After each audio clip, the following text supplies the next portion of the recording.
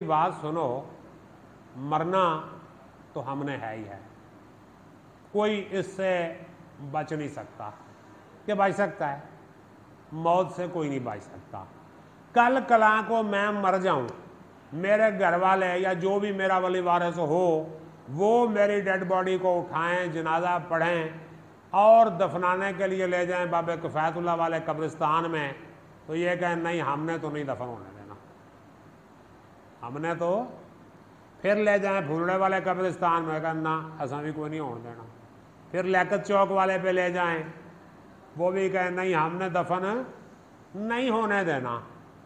और मुझे दफनाया जाए ईसाइयों के कब्रिस्तान में या गिरजाघर में, तो आपका क्या ख्याल है? मुझे लोग अच्छा समझेंगे या बुरा समझेंगे? तो उमर बिन अब्दुल अजीज की जो तदफीन है वो ईसाइयों के गिरजाघर में हुई। कहाँ पे दफन किया गया?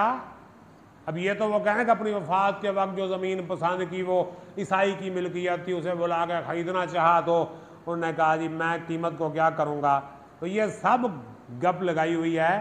एक्चुअली उन्हें क्रिश्चियंस के कब्रिस्तान में जाकर दफन किया गया था उमर बिन अब्दुल अजीज़ को, यानी उसका ख़ानदान इतना मुतनफ़िर हो चुका था उनसे